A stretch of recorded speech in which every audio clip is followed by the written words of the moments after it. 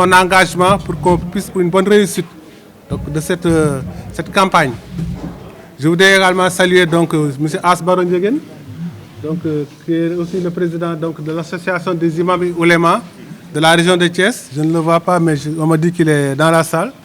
Notamment, je voudrais le saluer très vivement. Saluer également donc, le doyen Suleiman Kate, quelque part c'est le doyen d'âge, je vais le dire, donc, de la cérémonie. Mais saluer surtout nos doyens ici présents, donc ancien gouverneur de région, Suleiman Dien, Léopold Wade, Ange Faye. Ils ont une association des anciens gouverneurs de région que préside M. Suleiman Dien. Donc vraiment, ils sont venus s'associer à nous donc, pour cette manifestation. Je voudrais vraiment les saluer très vivement. Et toutes les personnes qui sont venues nous accompagner, le tribunal et tout le monde vraiment. Je pense que ce que Thiès a continué contre comme autorité, donc on a eu un bon échantillonnage de ce comité-là, de ces personnes. Donc je pense que ce que nous voulons à partir de cette cérémonie, c'est que vraiment qu'on puisse dire à chacun et à chacune qu'il faut s'inscrire pour pouvoir se faire vacciner. Pour l'instant, par rapport aux doses que nous recevons, ce seront surtout les personnels donc, de la santé qui sont concernés. Mais après, ce sera le grand public. D'abord, les personnes de plus de 60 ans qui ont des comorbidités. Ensuite, donc, toutes les personnes donc, qui ont plus de 60 ans. Je pense que, et les personnes également qui ont des comorbidités, même quand ils ont moins de 60 ans. Donc, c'est ça donc, la cible à la fin. Mais il faudra s'inscrire donc, dans les centres de santé, il faudra s'inscrire dans les postes de santé. Il faudra s'inscrire au niveau du site web qui a été donc, créé à l'occasion. Et il faudra surtout vraiment venir prendre sa dose. Je pense que c'est essentiel. Je le dis souvent, peut-être qu'il y a beaucoup de suspicions par rapport à ce vaccin, parce qu'on trouve que donc, le délai est trop court, parce qu'il y a eu également beaucoup de désinformations autour. Je dis souvent, pour le délai, il ne faut pas être surpris. Je pense que tout ce qui se fait maintenant se fait très rapidement. Nous avons le ministre de l'économie numérique à côté. Il sait très bien qu'avec le numérique, donc vraiment toute la recherche se fait beaucoup plus rapidement maintenant. On a eu mais également beaucoup plus de moyens financiers dans cet exercice. Il y a eu beaucoup plus d'argent et tout ce que le monde compte comme scientifique, je pense, y est mis également. En tout cas, tous les laboratoires de recherche en matière de santé se sont mis donc à la recherche de vaccins. Donc c'est normal qu'effectivement, qu'on ait eu rapidement un vaccin. Mais également dire aux gens que c'est la vaccination qui a éliminé beaucoup de maladies. Tantôt, je parlais avec quelqu'un, lorsque je lui ai parlé de la rougeole, lorsque je lui ai parlé donc de la poliomyélite et autres, il m'a dit, oh, c'est ces vieilles maladies. Février, pourquoi c'est devenu ces vieilles maladies? Nous, dans notre enfance, c'était des maladies très répandues. Voilà, c'est devenu des vieilles maladies parce que plus personne ne les voit depuis longtemps. Depuis quelques années, 20 ans au moins, on ne voit plus donc de cas de polio, de cas de rougeole. Pourquoi? Parce qu'il y a eu la vaccination de masse. S'il n'y avait pas eu le PEV dans les années 80, je pense qu'on n'aurait pas réglé le problème de la rougeole, on n'aurait pas réglé le problème de la poliomyélite, on n'aurait pas réglé le problème de la méningite. Alors que c'était des maladies très très présentes dans nos contrées. Donc aujourd'hui, on ne voit plus ces maladies. Pourquoi? Parce qu'il y a eu la vaccination. Donc je pense également pour cette grippe, c'est la vaccination qui permettra au monde de revenir dans une situation normale, dans un état normal. Si vous vous souvenez, vous voyez, il y a quelques mois, il n'y avait même plus d'avions qui circulaient. Plus aucun avion est décollé. Après, on a essayé d'organiser, mais jusqu'à présent, le trafic aérien est très réduit. Je pense que même en temps de guerre, on a toujours eu donc une circulation aérienne. Mais pour la première fois, les aéroports sont fermés. Je pense qu'économiquement, le monde est très éprouvé et ça ne peut pas continuer comme ça. Donc c'est normal que les gens aient fait très vite donc, de trouver un vaccin. En tout cas, je vais donc donner la parole au médecin-chef de région qui va nous faire une présentation de la région, de l'épidémie dans la région et également donc, de la stratégie qui a été retenue. Merci beaucoup. Bon, maintenant, la presse. Vous allez nous permettre un peu de voir et de suivre, parce qu'il y a une projection qui se fait devant. Alors, quelle est la situation du Sénégal? Je l'ai dit tout à l'heure, nous avons enregistré le premier cas à l'aéroport de Blaisienne, le 2 mars. Et aujourd'hui, toutes les régions sont touchées. Donc, il n'y a plus de régions au Sénégal qui ne sont pas touchées. Donc, la pandémie a fait donc, le tour des régions. Et tout dernièrement, donc, le district sanitaire de Boudon, qui était le dernier district aussi, est touché. Donc, ce qui fait qu'en tout cas, au mois de janvier, nous étions pratiquement à 29 000. Nous l'avons dépassé ce matin déjà. On est pratiquement proche des 30 000 cas. Et ce qui est important aussi, pourquoi nous insistons là-dessus, c'est surtout la létalité. C'est-à-dire que les décès liés à la Covid. Nous avons un taux qui est de 2,4%, mais c'est un taux qui est régional, qui est national. Mais si on éclate ce taux d'une région à l'autre, donc vous allez voir dans des régions où la létalité est beaucoup plus importante et beaucoup plus grave. Et c'est la vaccination que nous allons aborder va rentrer aussi dans cette stratégie-là qui va nous permettre au moins de réduire le nombre de décès liés à la Covid. Donc nous avons constaté donc, vers le mois de juillet donc, une certaine accalmie, juillet-septembre, et ce qui a donné l'impression que l'épidémie était terminée et les moyens que nous avions, les réflexes que nous avions, et nous sommes partis dans un relâchement qui aujourd'hui quand même nous est un peu fatal, nous pose problème. C'est pourquoi depuis quelque temps nous avons la recrudescence d'une seconde vague de l'épidémie, une seconde vague de la pandémie qui est beaucoup plus durement ressentie au niveau donc, du pays. De ce fait, entre la semaine 45, comme on l'a dit, jusqu'à la semaine 53, donc semaine 53 et 52, c'est la fin de l'année 2020, nous avons noté pratiquement le nombre de décès qui est multiplié par 6. Donc vraiment, on a multiplié le nombre de cas par 6 et les décès sont passés de 1 à 34 pour la même période. Mais le fait que le nombre de cas soit multiplié par 6 déjà, ça pose un problème. Et on l'a pu ressentir aussi dans les régions de Thiès et de Dakar. Diapo. Ça, c'est la situation du Sénégal au 31 janvier, parce que nous faisons chaque fin du mois. C'est la situation que j'ai expliquée tout à l'heure. Vous avez vu, donc, au mois de mars, on était à 190 cas. On est parti à un pic qu'on a atteint donc, vers le mois de juillet. Ensuite, puisqu'il n'y avait plus de cas, donc ça a chuté jusqu'au mois de novembre où nous avons 477 cas tout le mois. Mais ensuite, vous avez vu comment ça s'est parti, pratiquement multiplié par 6, donc avec une croissance exponentielle qui pose vraiment le problème donc, de ce relâchement, mais aussi de cette transmission très rapide. Mais heureusement, nous sommes toujours avec les mêmes cas. Diapo. Maintenant, quelle est la situation dans la région?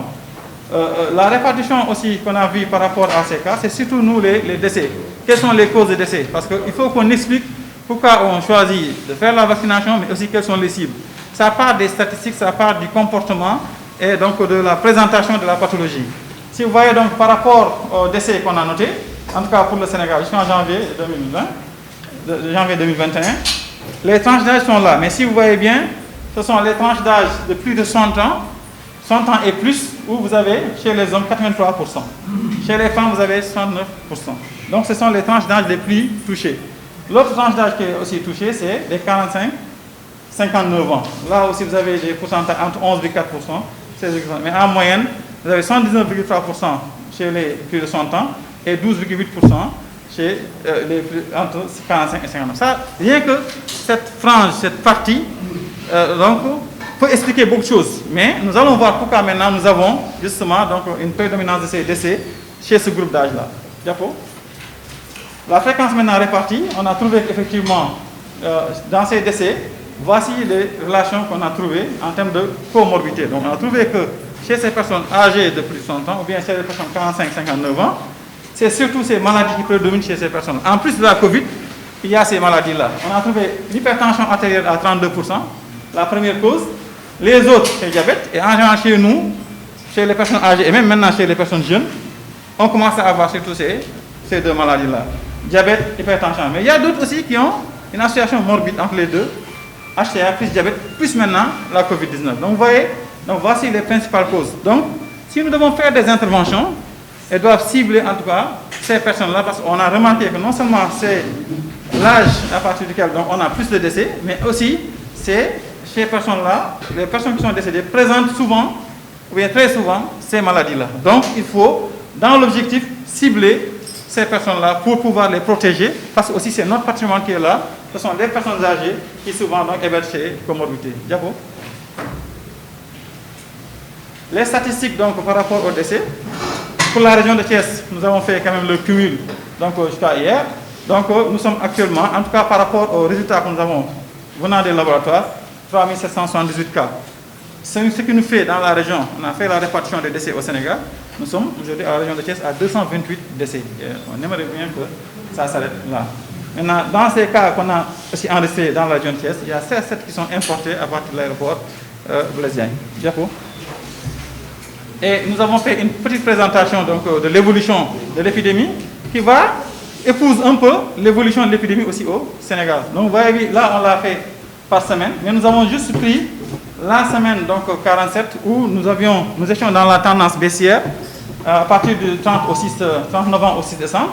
Et vous avez vu progressivement les chiffres que vous avez, c'est des chiffres cumulés par semaine. Parce que la région médicale, en tout cas, dans son ensemble, pour avoir une bonne vision, il faut faire des cumuls hebdomadaires pour voir un peu. Sinon, si vous faites d'un jour à l'autre, ça ne donne pas beaucoup d'informations. Ça, c'est le district qui va le voir en fonction de ses présentations, en fonction des analyses, en fonction des retards. Mais si vous faites des cumuls hebdomadaires, ça va permettre d'avoir une vue beaucoup plus globale.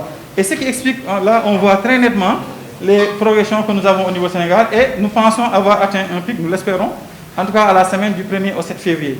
Ça commence à baisser, mais souvent nous n'aimons pas parler de baisse. Parce que nous avons vu la dernière baisse ce qu'elle nous a coûté. Donc là, vraiment, nous préférons des fois ne pas parler de ces chiffres-là pour que les gens commencent à crier, ah oui, donc ça commence à baisser, donc c'est bon. C'est vrai aussi qu'on a besoin, quand nous faisons des interventions, exemple couvre-feu, donc état d'urgence sanitaire et tout, plus d'autres mesures, parce qu'une seule mesure ne donne pas de résultats. Il faut plusieurs mesures, la discipline des populations, le comportement des populations, l'intégration, l'adaptation de ces méthodes, plus maintenant les mesures prises par l'État. Donc le respect des mesures barrières, des infections, donc des services publics, pour que les services publics ne soient pas des lieux de contamination, de transmission. Et ça va expliquer aussi les stratégies de vaccination que nous adoptons. Pourquoi on commence par le personnel d'abord? Pour que ceux qui doivent vacciner soient déjà vaccinés eux-mêmes avant qu'ils vaccinent les autres. Tout ça, c'est pour qu'on respecte l'esprit de santé publique qui est là. Là, on a une petite baisse avec un petit relèvement, mais nous allons suivre encore. Et ça doit quand même nous encourager. Mais ce n'est pas encore suffisant, parce que même si ça commence à baisser, c'est encore plus élevé que les semaines passées. Nous ne sommes pas arrivés à la semaine 47 ou bien à la semaine donc, du 12-14 décembre. Voilà aussi un peu l'image de la région de Thiès jusqu'à en tout cas la semaine du 15 au 21 février qui donne un peu une meilleure vision de comment ça a évolué. On peut mettre à côté aussi donc, la ligne des décès pour voir un peu comment les décès aussi progressent en fonction donc, du nombre de cas. Parce que plus vous avez des cas, plus vous avez des cas graves et plus vous avez des décès en fonction donc, de la prise en charge. Malheureusement, c'est ça. Et c'est tout ça maintenant que nous voulons mettre vraiment fin à tout ça, bien réduire tout cela en tout cas pour que les gens ne décèdent plus de Covid. Voilà, maintenant, comment nous allons organiser la vaccination? On a monté tout à l'heure donc les stratégies, on a monté pourquoi, on a vu les recommandations de l'OMS. L'OMS dit quoi? Il recommande de prioriser les cibles à vacciner afin de réduire la mortalité et la morbidité. On a monté ici les couches les plus touchées, on a montré aussi les morbidités qui les hébergées. Et ça rejoint effectivement la recommandation de l'OMS. L'OMS part à partir de ces statistiques. Donc, pour l'OMS, les cibles prioritaires, c'est des sujets ayant le plus de risque de développer des formes graves ou de décéder de la maladie. C'est ce que nous avons dit tout à l'heure. Mais aussi le personnel de santé de première ligne. Parce que le personnel de santé de première ligne, c'est justement ce personnel-là qui gère l'ensemble des malades, mais qui doit continuer le service aussi, mais qui prend en charge aussi des cas graves. Donc, ce sont les soldats qui sont là maintenant pour défendre. Et ces gens-là aussi, il faut les préserver pour que le système continue. Sinon, en certains moments, vous n'allez plus avoir des gens même pour soigner les cas les plus banals. Les cas plus banals, si vous ne les soignez pas, vous tombez dans des cas graves et ça aboutit à des décès. C'est ça l'urgence et l'esprit. Maintenant, il faut aussi protéger les groupes vulnérables, qui sont des personnes âgées de plus de 60 ans, et celles présentant des comorbidités, surtout l'hypertension et le diabète. Ce sont ce que les chiffres ont montré tout à l'heure, et nous continuons sur cette projection. C'est aussi les groupes de sujets âgés de plus de 60 ans, c'est chez eux que survient le plus grand nombre de cas de Covid. C'est ce que nous avons montré tout à l'heure dans les statistiques. Diapo.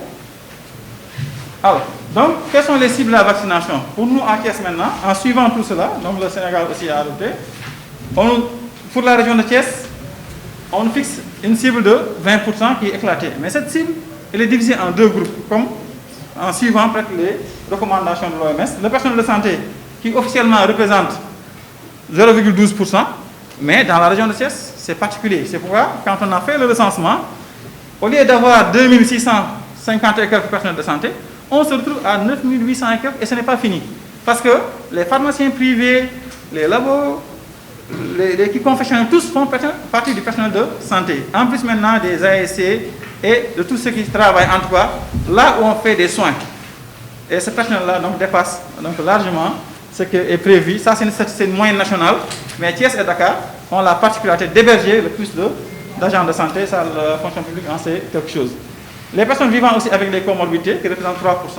Maintenant, il y a un deuxième groupe qui doit être suivi et ciblé dans la vaccination.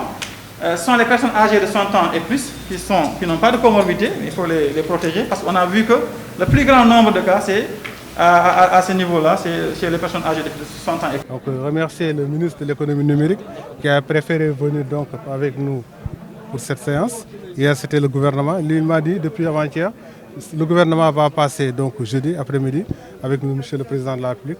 Mais moi, je préfère venir à Thiès. Et donc, je lui ai dit, OK, nous, Thiès, ce sera donc le vendredi après-midi. Et aujourd'hui, il est venu participer à cette cérémonie. Le maire Talla Sylla également, depuis le départ, m'a toujours dit quand est-ce qu'on va organiser la cérémonie. Et aujourd'hui, il est avec nous pour faire donc cette cérémonie. Je voudrais remercier également donc l'honorable député Abdou Mbow. Lui aussi m'a appelé pour me dire qu'il veut participer à la cérémonie de lancement à Thiès. Lui aussi pouvait le faire avec l'Assemblée nationale, il pouvait le faire avec le Parlement. Il a préféré venir donc à Thiès. Je pense que beaucoup de personnalités vraiment m'ont appelé pour me marquer donc leur disponibilité à participer à ce lancement. En particulier les religieux. L'évêque de Thiès en particulier, lui aussi m'a appelé depuis qu'on a annoncé la vaccination. Il m'a dit que je suis disponible pour donner l'exemple à ma communauté. Et aujourd'hui, il est là avec nous depuis 16 heures pour pouvoir participer donc à cette cérémonie. Et je dis aux gens toujours que c'est important qu'on fasse la vaccination. C'est ce qui nous permettra de sortir de l'ornière. On a réglé le cas de beaucoup de maladies, c'est parce qu'on a vacciné. Dans les années 80, on a déroulé le PEV. C'est ce PEV qui a fait que maintenant, quand on parlait à un enfant ou à un jeune, même pas à un jeune, à une personne adulte de 40 ans, vous lui parlez de la polio, elle ne connaît pas, hein, effectivement. Vous lui parlez de la méningite, elle ne connaît pas. Vous lui parlez de la rougeole, elle ne connaît pas. Pourquoi? Quelqu'un me disait ce matin, ça c'est de vieilles maladies. Voilà. Nous, partons dans notre jeunesse, ceux qui ont été dans la jeunesse des années 70, je pense que c'est des personnes effectivement qui connaissent bien ces maladies-là. Donc aujourd'hui, on a pris ces maladies à cause du vaccin. Et c'est le vaccin qui permettra également de venir à bout de cette grippe et qui permettra au monde de redémarrer. Parce qu'économiquement, je pense que le monde est bloqué actuellement. Pour redémarrer, il faudra ce vaccin-là. Il faudra vaincre la maladie et c'est le vaccin qui permettra de vaincre la maladie. Donc je voudrais vraiment donc dire à tout le monde d'aller se vacciner. Et comme ça également, nous allons sauver nos vieilles personnes. On ne le dit pas, mais parfois, quand on revoit notre corps, on se rend compte que nos vieux partent. Vous suivez un peu l'actualité, vous verrez. Hein? Beaucoup de vieux qui sont partis ces temps-ci, des anciens. Hein, voilà, donc, Dialewale, c'est Abdou Karim Kamara, le gouverneur de cette région, moi, je ne sais pas. Mais, bon, si Diamona Djodjou, les anciens gouverneurs, c'est toujours plus ou moins lié à la maladie. Donc vraiment, on va inviter chacun à venir se vacciner. En particulier, amener les vieilles personnes d'abord se vacciner. Parce que c'est par étape. La première étape, ce sera donc les personnels médicaux. Ensuite, les personnes de plus de 60 ans avec des comorbidités. Ensuite, les personnes de plus de 60 ans et les personnes qui ont des comorbidités. Donc c'est ça la cible globalement. Donc on en a 444 000, plus de 444 000 dans la région, plus de 10 000 personnels de santé. Donc c'est les cibles que nous aurons dans la région. Et il faudrait qu'on puisse arriver à avoir du succès dans cette manifestation, dans cette activité. Di gërëmaat rek ñi xam ne ñoom lañ àndal tey si bés bi commencé par le ministre Yankhoba Diattara depuis barki 2000 woo na ma àllarba yaakaar naa bi mu jógee conseil des ministres ba xam ne président dina def lancement bi alxames la ma woo pour mener vraiment moom dafa bëgg def bokk si lancement bu Thiès ànd ak ñun Thiès bi ma ko confirmé effectivement que vendredi lañ koy def effectivement tey depuis ce matin ma woo ne ma dinaa ñëw. La même chose donc pour le maire donc Talla Sylla moom it depuis moo ko toppoon moom depuis mercredi sax on aurait fait le lancement maa ne ko non nañ bàyyi activités yi démarrer ensuite le lancement c'est une cérémonie qu'on doit organiser avec le maximum de public possible hein. Donc moo tax ñu bàyyi ko ba tey moom depuis mercredi ne moom xawoon na pare pour def lancement ñu def lancement bi également noonu docteur Abdou Mbow moom it nee na ma assemblée dinañ def wala activités yi ñu def tey am nañ section plénière mais bëgg naa ñëw bokk cette activité bi noonu lañ ko accueillir tey y compris donc l'honorable au conseil des collectivités territoriales Yaya Ly ñoom ñëpp ay personnalité la yu choisir ñëw ànd ak ñun si cérémonie bi tey doyen Souleymane Kanté xam ne téeméeri at yi teg nañu noonu la ñooy ànd ak ñun si cérémonie bi mais ku mel ni monseigneur André Guèye tamit moom daf ma ne dama bëgg daal ñi xam ne maa leen di jiite muy catholique yi nekk si région de Thiès ma mun leen jox exemple donc bés bu ngeen def cérémonie man porté naa volontaire pour ñëw vacciné wu tey ñëw na ànd ak ñun vacciné wu ak ñeneen vraiment ñoo xam ne ñëw nañ ànd ak ñun vacciné wu donc vraiment maa ngi leen si gërëm ñoom ñëpp ñi xam ne ñoo leen si ànd ak ñun. waaw ñi ñu gën a ciblé mooy docteurs yi xam ne ñooy faj d'abord parce que balaa nga naan naam ne fa balaa ngay toog mën a faj nit ñi foog nga taw sa bopp nga wér. am na dëkk yoo xam ne bëri nañ jafe-jafe ak seen système de santé parce que docteurs yi dañoo feebar wala fajkat yi dañoo feebar donc ñooñu ñoo ñu jiital bu ñu si paree mooy mag ñi xam ne dañu ànd ak jàngoro ñaar ñooñu moom mooy priorité bi bu ñu paree mag ñi xam ne amuñu jàngoro wala xale yi xam ne dañu am jàngoro mooy wax mag ñi ne moo ñu am 60 ans juróom-benn fukki at jëm kaw ñooñu laa wax mag ñi donc ñi xam ne am nañ juróom-benn fukki at jëm kaw seen tour dina ñëw ñi xam ne amuñ juróom-benn fukki at wante seen dañu am ànd ak feebar ñooñu tamit ñoo xam ne dañ leen war a jël si vaccination bi di wax nit ñi ne ñu góorgóorlu si parce que vaccination bi moo ñuy may ñu delluwaat normal marché yu ubbi nañu waroon ubbee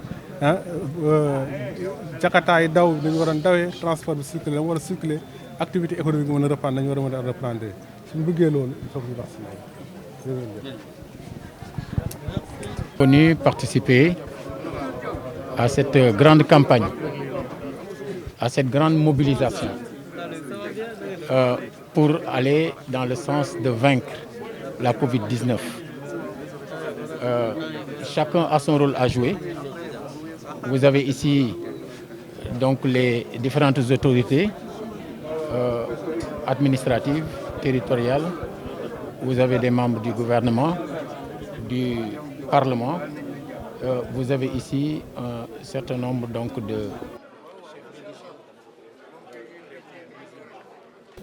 vous avez ici des notables. Vous avez également des Sénégalais responsables d'organisations de la société civile pour montrer l'exemple aux Thiessois, mais à l'ensemble des Sénégalais. Et leur dire qu'aujourd'hui, la voie pour sauver tout le monde, c'est la vaccination. Voilà.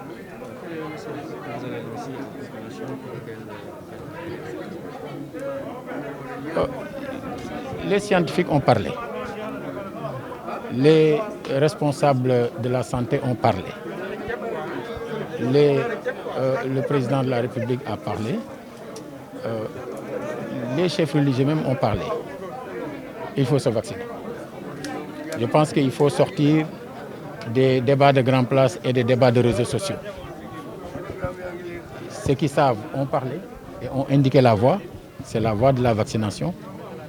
Je pense que nous devons les écouter et éviter vraiment d'être dans des palabres inutiles. Voilà, c'est ça le message. Waaw dañ fi daje ngir ñaax nit ñi ñu ñakku ndax ñakku dina may nit ñi ñu bañ a ñàkk seen wér-gu-yaram ba ñàkk bakkan di leen ci fekk kon message bi may wax waa Thiès di ko wax waa Sénégal mooy sénégalais ñàkku leen ngir ñu mucc ci mbas mi ku ne dellu ci ay faratam ak sagoom sénégalais ñàkku leen ngir ñu mucc ci mbas mi ku ne dellu ci faratam ak sagoom xam nga ku nekk ak na ngay wax ak moom ay ca.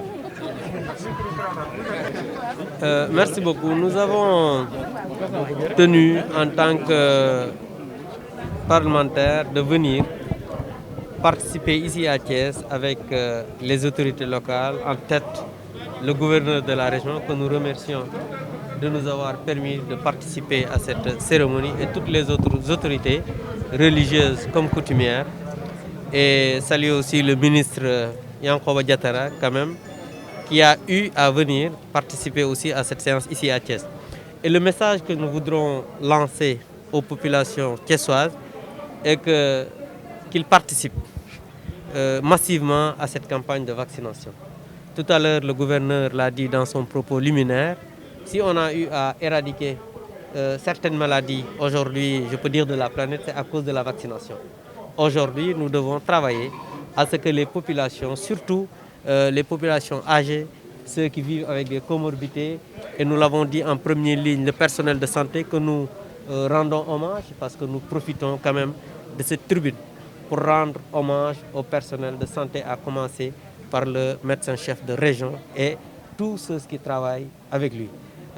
Donc nous invitons les populations à venir massivement se vacciner parce que le vaccin, il est gratuit et je pense que les professionnels de santé le font quand même avec honneur, c'est vrai, mais aussi avec beaucoup de générosité. Donc vraiment, nous invitons les populations à venir massivement se vacciner. Nous sommes venus ci Thiès ñëw participer en tant qu'élu ci li nga xamante ni mooy campagne de vaccination bi nga xam ne moom le gouverneur de région di lancé ñu koy nag sant bu baax ndax nag moom tey moom moo toogal fii njiitu réew mi bu organiser lii boole ñu ci dafa bëgg rek ñaax population yi ñu gën a bokk ci li nga xamante ni moom mooy campagne vaccination bi di sant aussi le maire wax na ko léegi le maire Talla Sylla ci kàddoom yu rafet mais aussi di remercier ak di sant le ministre Yankhoba Diattara ministre de l'économie numérique bi nga xam ne aussi ñëw na fii ci Thiès pour lancer le message aux populations ñuy sant aussi ñëpp ko ñi nga xam ne ay chefs religieux lañ chef coutumière muy diine chrétien ak catholique di ci profito pour wax monseigneur ñu ngi koy ñaanal li ñuy wax carême jàmm donc li ñuy wax rek moom mooy wax dëgg yàlla dañuy ñaax population yi ñu bokk ci li nga xam ne mooy vaccination bi ñëw ñàkku ndax nag ku ne xam na ne ñun ñii bu ñuy gën a jëm ndaw képp koo yëkkati loxoom di nga fa fekk benn tërgën boo xamante ne nii bu njëkk ay pistolet lañ daan ñàkk te comme léegi ñàkkatuñu ay pistolet parce que ak maladie yu bari yi am parce que dañuy bañ deret yi laalante ku ci nekk dañuy wut sa seringue daal di la koy defaral donc loolu jàpp naa ne ci yëwénal la bokk ci mbaax la bokk mais aussi vaccin bi kenn du ko jaay dañu koy maye président de la république ak gouvernement bi ñoo jël lépp li nga xamante ni ay matukaay lañ pour que population bi vacciné ku la nag na ñàkkul sa wér-gu-yaram la bëgg te jàpp naa ne wér-gu-yaram mooy loo xamante ni li olof Njaay di wax bala nga ne naam ne fa tey jii bu ñuy wax ne économie bi dafa taxaw c'est parce que nit ñi ñi ngi wër wér-gu-yaram doog a mën a lijjanti waxu économie donc moo tax dañuy profiter rek ci occasion bi pour wax population thiessoise yëpp muy mag ñi surtout mag ñi nga xam ne mooy personnel de santé bi ñu leen di rendre hommage au passage di leen sant di leen gërëm ci liggéey bu am solo bi ñuy def mais aussi ñi nga xam ne dañoo am ay comorbidité maanaam ay feebar yu mel ne diabète asthme ak hypertension ak yooyu docteur bi wax na ko léegi donc yooyu moom moo war a tax ñëpp war a ñëw ñàkku te ku ñàkku it jéemoo wax ka nga xamante ni dend nga ak moom wala dëkk ak moom ñàkk wi mooy li nga xam ne moo fi mën a jëlee mbas mi donc lii moom mooy li nga xam ne bëggoon nañ ko wax di sant ñëpp di gërëm ñëpp. Absolument, je voudrais d'abord saluer le leadership dont a fait preuve le chef de l'État, son Excellence Macky Sall, en étant lui-même donc en première ligne dans cette campagne de vaccination. Je pense que c'est l'occasion pour moi de venir partager avec les populations thiessoises cet engagement du chef de l'État et montrer comment le gouvernement du Sénégal, sous l'impulsion du chef de l'État, est engagé aux côtés des populations pour que la campagne de vaccination soit une réussite. Aujourd'hui, face à cette pandémie, il n'y a que le vaccin donc, qui est la solution. C'est pourquoi le chef de l'État a engagé l'ensemble des membres du gouvernement donc, à s'engager auprès des populations. Et par l'exemple, hier, il a posé un acte fort et nous avons souhaité se joindre au gouverneur et au comité régional de gestion des épidémies pour leur montrer notre disponibilité, notre engagement à leur côté dans ce travail remarquable qu'ils sont en train de faire. Donc je salue naturellement la mobilisation de toutes les personnalités politiques, religieuses et coutumières donc, dans cette campagne aujourd'hui à Thiès et féliciter le gouverneur pour le succès donc, de cette campagne, mais aussi en profiter pour dire naturellement le ministère de l'économie numérique qui accompagne parce que le chef de l'État a lancé une plateforme d'enregistrement, donc de suivi donc, de cette campagne de vaccination. Mais surtout saluer le leadership du chef de l'État.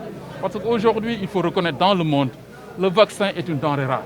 Et si nous avons réussi aujourd'hui à avoir donc, cette première disponibilité, quantité de 200 000 doses, quand même pour le Sénégal, je pense que c'est une prouesse du chef de l'État qu'il faut quand même saluer, mais également saluer son leadership au niveau continental. Aujourd'hui, le président de la République est engagé dans cette bataille pour que l'Afrique ne soit pas laissée en rade.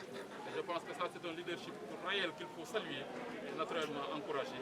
Et les fruits commencent aujourd'hui à tomber. C'est une grande chance pour le Sénégal et l'Afrique d'avoir un leadership pareil, donc porté par le président de la République, pour que l'Afrique ne soit pas laissée en rade. Aujourd'hui, les pays développés ont commandé l'essentiel des vaccins dans ce monde et que si on y prend garde, l'Afrique risque malheureusement d'être le parent pauvre de cette campagne de vaccination. C'est pourquoi je voudrais vraiment saluer cet engagement et dire aussi à Thiès, naturellement, nous renouvelons notre disponibilité comme nous l'avons toujours fait, aussi bien au niveau du conseil départemental qu'au niveau gouvernemental, à accompagner les efforts donc, du gouverneur et du comité régional, vraiment à accompagner les populations dans cette bataille cruciale. Voilà tout ça. waaw xanaa rek dañuy sant suñu borom bu baax ñu suturaalee ba ñu am tey ndaje bu mel nii nga xam ni gouverneur région bi ak waa comité régional ñoo ko organisé pour lancer campagne vaccination bi mooy campagne ñàkk muy événement bu mag boo xam ni tey Thiès ñëpp war nañ ko saluer mais may wax ni rek gouvernement bi président de la république wane na ko démb moom ci boppam moo jiitu ci campagne yu vaccination bi mais également engagé gouvernement bi pour que ñun ñëpp ñu accompagner dynamique boobu moo tax bi ñuy ñàkk démb palais de la république man ni gouverneur woon naa ko ni ko man je préfère ñëw vraiment à Thiès accompagner la ci effort yi ngay def mais également comité régional bi ànd koog waa région bi yëpp ñun ñu montrer population yi que ñu ngi ci seen wet et campagne de vaccination bi ñun ñoo koy ànd ak ñoom donc may saluer vraiment mobilisation bi fi am mais surtout saluer également taxawaayu kilifa yi kilifa diine yi kilifa aada yi mais également les autorités locales ñu saluer la mobilisation aussi la présence du maire mais également les autorités politiques nous avons l'honorable député Abdou Mbow qui a préféré également venir donc participer ñëw bokk ci ñàkk bi fi à Thiès mais également honorable conseillère Yaya Ly nga xam ni suñu wëllëral mais également conseil départemental la ñoo ñëpp mobilisé wu ñu ànd ko gouverneur ànd ko kilifa yi pour wan population yi que ñu ngi ci seen wet mais également campagne vaccination ñun ñoo koy ànd ak ñoom donc muy lu am solo mais également ma ciy profiter rek di saluer leadership mooy taxawaay bu rafet ak bu yaatu bi nga xam ne njiitu réew mi def na ko ci ndax comme ni ngeen ko xamee tey ci mbiru feebar bi ñàkk rek lañu gis ni mooy solution mooy li nga xam ne moo koy saafara te loolu ñàkk dafa ñàkk ci àdduna bi ñàkk bëriwul vaccin yi bëriwul ci àdduna bi mais président de la République def na effort personnel mooy engagé wul boppam donc négocier boppam def diplomatie pour que Sénégal mën a am premier vaccin yi te loolu yombul woon ndax am na dëkk yi nga xam ne am nañ vaccin ci àdduna bi dañ leen di compter donc kon loolu taxawaay bu am solo la président de la République boo xam ne war nañ ko saluer mais également mu engagé également donc yeneen kilifa ci àdduna bi pour wax leen ni Afrique waruñu ko fàtte ci ñàkk yi te defe naa ni suñu deful ndànk Afrique mooy nekk parent pauvre mooy population yëpp dinañu am ay vaccin ci àdduna bi mooy dëkk yu am koom-koom mais ñu bàyyi Afrique en rade te loolu defe naa ni président de la République mu ngi ciy def jéego yu am solo donc di wax ak ñi nga xam ne ñoo jiite dëkk yu mag yi pour wax leen ni l'Afrique waruñu ko bàyyi en reste te defe naa ni loolu de plus en plus ñuy gis ni résultat yaa ngi ñëw donc kon war nañu ko féliciter encourager président de la République ci loolu ñaanal ko ci yàlla gën ko ci may ndam te defe naa ni loolu Afrique yëpp ñoo ko war a sant ci loolu defe naa ni damay profiter ci occasion bi vraiment bokk ak waa population Thiès tous ces éléments yooyu nga xam ne am nañ ko mais également renouveler rek li nga xam ne noonu lañ doon doxale fii ci Thiès mooy jàppale population yi jàppale gouverneur jàppale préfet ci effort yi nga xam ne ñu ngi koy def pour ñu mën a def face ci mbas mi defe naa ni ñëpp xam nañ conseil départemental taxawaay yi mu ci yàgg def te loolu dama koy renouveler rek waxaat ni gouverneur ñu ngi ci wetam donc ci jàppale ci taxaw vraiment nekk ci wetu population yi aussi bien ci conseil départemental ko ci niveau ministère bi nga xam ni moom la ñu président de la République te loolu comme ni nga ko waxee ministère bi mu ngi accompagner campagne nationale de vaccination bi ndax président de la République dafa waxoon dañu def une plateforme numérique bu am solo donc am na ay kilifa yoo xam ne ñu ngi woon bitim réew sax ay tubaab ñooñu ñëpp aussi donc jàpp nañ ci pour plateforme bi mën a nekk plateforme de suivi boo xam ni kuy vacciné wu ñëpp la ñuy am ci plateforme bi di leen suivre ak yooyu yëpp donc loolu lépp am na solo defe naa ni tey numérique bi mu ngi ci xolu également santé bi ñu ngi accompagner la santé defe naa loolu dañ koy gën a renforcer te xam naa ni ci prochains jours yi sax maa ngi naan gouverneur il faut ñu def ay intervention yoo xam ne dañ koy def ci Thiès ci mbiru numérique mooy ci mbiru collectivité locale yi jàppale leen mais également gouverneurs yeeg préfet yi mais aussi les élèves et les étudiants donc loolu daal sant ñëpp gërëm. yaa commencé yaa gën a fikir naa ko tey li ko tax ma fikir tey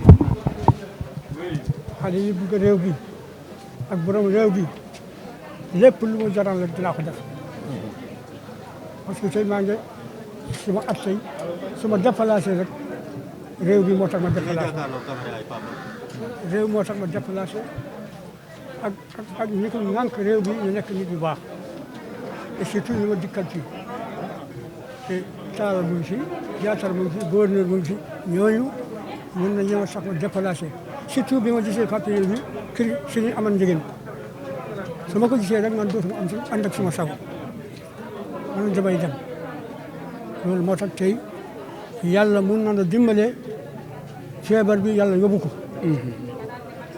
yàlla mun na ko yóbbu parce que feebar bi mel ni Moustapha daje ñu ngi tugg tës si kon mag yu baax yi bi ñu duggee rek feebar bi dem na yàlla mun na yóbbu feebar bi de bu leen xeeb suñu taxawaay bi fii ñu ngi ñaan suñu borom yàlla bi amee sutura yàlla bi jàngale mosal doomi aadama yi ak jullit yi feebar bi yàlla na jógee fii si àdduna bi parce que tey sama xol dafa sedd parce que xale yu baax yi may gis fii ku mel ne Sall Sylla ku mel ne Diatta ak gouverneur bi kuy fonk mag rek yàlla fonk yaa ngi kon tey ma tasee fii kii si amal njëgeen tey sama kontaan naa yéen ñii tey yàlla na leen yàlla suturaal ak li ngeen def yàlla na wasalaatu wasalaam ala sayidina rasulillah sallallahu alayhi wa ala alihi wa sahbihi wa sallama taslima ya rabbi hayyi lana min amrina rashada waj'al ma'unataka al-uzma lana madada fala takilna ila tadbiri anfusina fal abdu ya'jizu an tadbiri ma fasada amma baadu assalaamu aleykum ñuy nuyu ñi nga xam ne ñu ngi ñuy déglu ak di ñu seetaan fii la ñu nekk ci gouvernance fa tabarakallahu pour ànd ak gouverneur ci opération bii nga xam ne opération vaccinale bi nga xam ne moom la organisé fii avec les autorités ak les hommes de science ak les imams xam ne man ci laa bokk man maay président des imams et oulémas de la région mën naa wax ñëpp presque waane nag am na ñu ci des li ci nekk daal moo di ne ñëw nañu ci invitation bi ñu invité pour ñu ñëw bokk ci mbir mi invitation boobu nag def nañu contentement bu baax pour que ñu wone li nga xamee ne sunu contentement bokk ci ndax lii yonent bi dafa digle ne li kulli daa in dawa fa tadaawu mu ne feebar bu nekk am na paj am na garabam mu ne nag na ngeen faju lii nga xam ne nag dañoo dajaloo fii faju la ndax faju ñaari yëf la ñaari yëf traitement préventif et traitement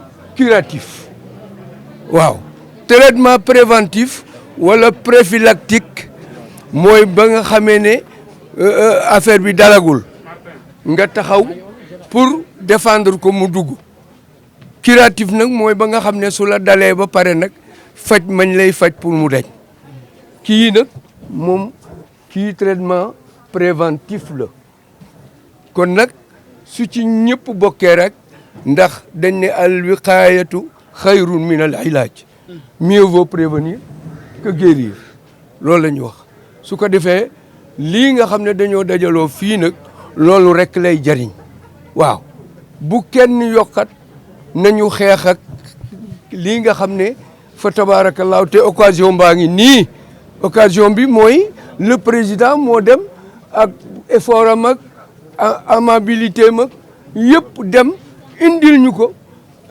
pour sunu wér ñun tam buñ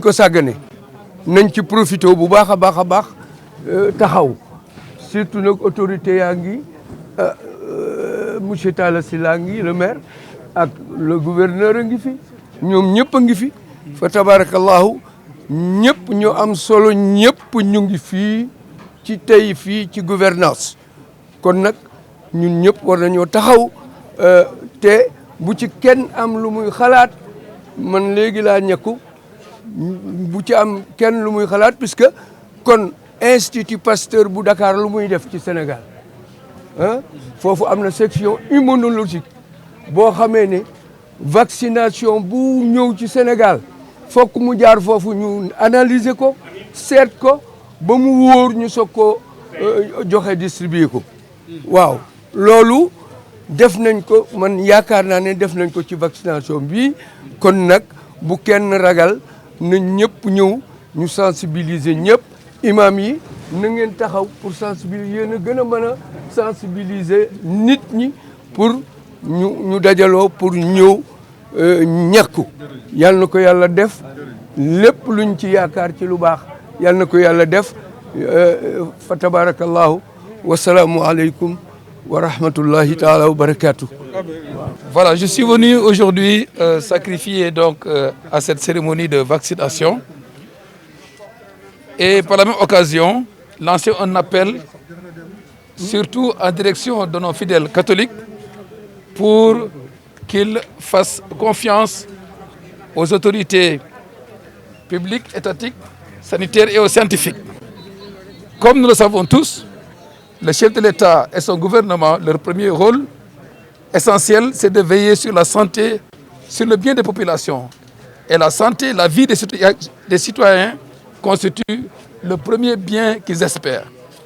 Donc, nous leur faisons confiance, nous faisons confiance à toutes les autorités. Et c'est pourquoi je suis venu aujourd'hui me faire vacciner pour accomplir mon devoir de me protéger la vie que Dieu nous a donnée et de protéger celle des autres. J'appelle donc tout le monde, et en particulier les fidèles catholiques, à venir s'inscrire et à recevoir le vaccin. Même si c'était seulement 5% d'efficacité, c'est déjà quelque chose. Et ce vaccin, à près de 80%, je crois 79%, donc venons le recevoir en toute confiance. Wa dama ñëw fi tey pour bokk ci sensibilisation bi ñaax nit ñi ñu ñëw jot ci vaccin bi ñu wone kóolute envers le chef de l'État ak gouvernement bi ndegee defe naa seen mëbët seen warugar mooy ñu sàmm santé population bi ak bakkanu nit ñi askan bi te war nañ leen delloo kóolute bu mat sëkk delloo kóolute scientifique yi docteurs yi ak ñëpp ñi nga xam ne seen xam-xam màcc na ci mbir mi ñu wóolu leen jot ci vaccin bi même su fekkee ne sax li muy efficace bariwul am na li muy aar te loolu suñu warugar la ñu sàmm dund bi nga xam ne yàlla moo ñu ko dënk ñu teg ci nag te loolu moo gën am solo sax ñu ñaan yàlla ndege dund gi ci yàlla la jógee ñu ñaan yàlla lépp li nga xam ne def nañ ko fii tey yàlla mën koo motali mën a motali suñu yéene mais ñu wërgum yaram dàkk mbas mi mu sore fii kon maa ngi ñaax ñëpp ñu ñëw fii ci dispensaires yi ak fépp fi nga xam ne indiqué nañ ko ndax ñu mën a jot ci vaccin bi ma sant suma xarit Njëget ci li mu wax bokk naa ak moom ci message bi nan la ba yi imam yëpp njëw boole seen baat ba nit ñi ñu ñàkku te itam bañ a sàggane mesure barrières yi dégg dañ ko déggee sànq vaccin mënul faj lépp kon nañu continuer di takk masque yi di moytu ndaje yi nga xam ne mën nañ leen moytu di sorewante te loolu am na solo ndax ñu jógee fii mbas mi jógee fii te yàlla barke suñu yéene yi maa ngi leen di gërëm di leen sant. fasalu ahla dhikri in kuntum la taalamun yàlla dañuy laaj leen ñi xam su ngeen xamul tey ñëw nañu fii ci gouvernance ci njiitalu gouverneur de la région yàlla baaxe nañu vacciné wu nañu carte baa ngi nii li tax nag ñu def ko digle la boo xam ni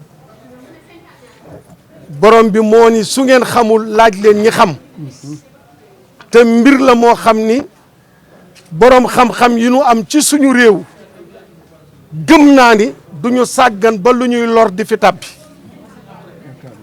gëm naa loolu kon taxawaay bi njiitu réew mi am ñëpp di rang di ko wut te réew yi am bëreegul mu fexe ba am lu ñu am indi ko am leneen lu ñuy yaakaar li nu war mooy ñun ñëpp ñu jóg taxaw fexe ba dem vacciné wu ndax li fi mën a jële mbir mi du dara lu dul vaccin bi rek lii nag du lu bees te adduna bi yëpp toll nañu foo xam ne ku ko sàggane bés dina ñëw doo mën a génn sa kër day génn sa dëkk day génn sa réew kon li ñuy wax Sénégal bu nu sañoon ñëpp def ko waaye rawatina nag Thiès gi ñu dëkk wa anzir ashirataka laqrabin ñun day sëriñu daara yi imam yi conférencier yi lu ñu mën a doon kumu laxasaayu nañu fas yéene wax ak nit ñi ndax fa dhakkir in nafaati dhikra ànd koog maire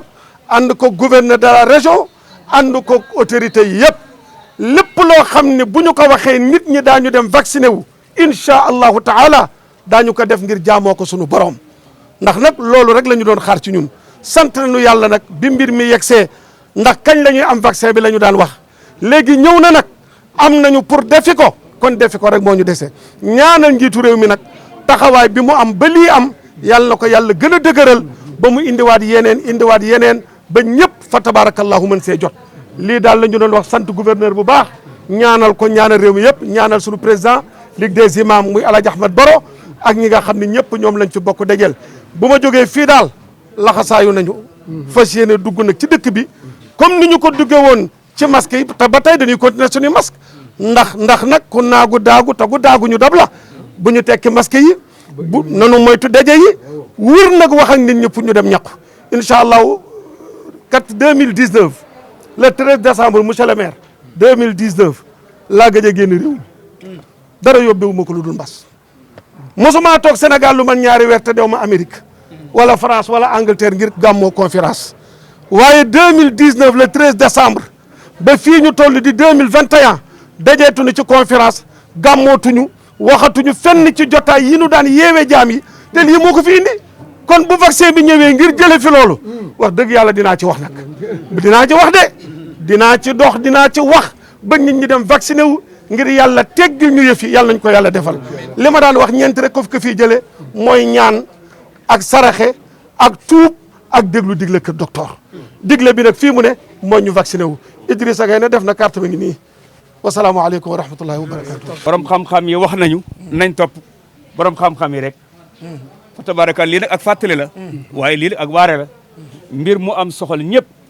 président de la république def ci lim ci def lépp Sénégal am chance bu toll nii sunuy autorité taxaw gouverneur nekk nii monsieur le maire bi ak ñi ko bokkal waa santé taxaw ñu woo mag ñi woo ñi feebar ñëpp taxaw tey jii ñu war a vacciné wu non seulement vacciné waaye nu wane ne vaccin dafa war a nekk ay jamono farata tey nag àgg na doon farata surtout ñi feebar surtout ñuy mag surtout ñu ko mën a def ñooñu tey jii farata ci ñoom ndax ku vacciné wul ëllëg lu la mën di dal amoo layam ku vacciné wul ndax yàllaa nu andi lii kon nañ ko gëm kon foofu loolu rek laa bëggoon a teg ci li ñuy wax ndax li ñu war a wax war nañu ndax boo kontaane la plupart léeg-léeg wax ji day débordé te liñ fi war a wax nañ ko liñ fi war a def nañ ko xanaa ñu dellu ñaan rek surtout ñaanal autorité yi nag yàgg a fekk yàgg a tal su ko defee diine yëpp taxaw nañu macha allah ñëpp woote nañu kon xanaa ñaan rek su ko defee ñaan gi àlla ji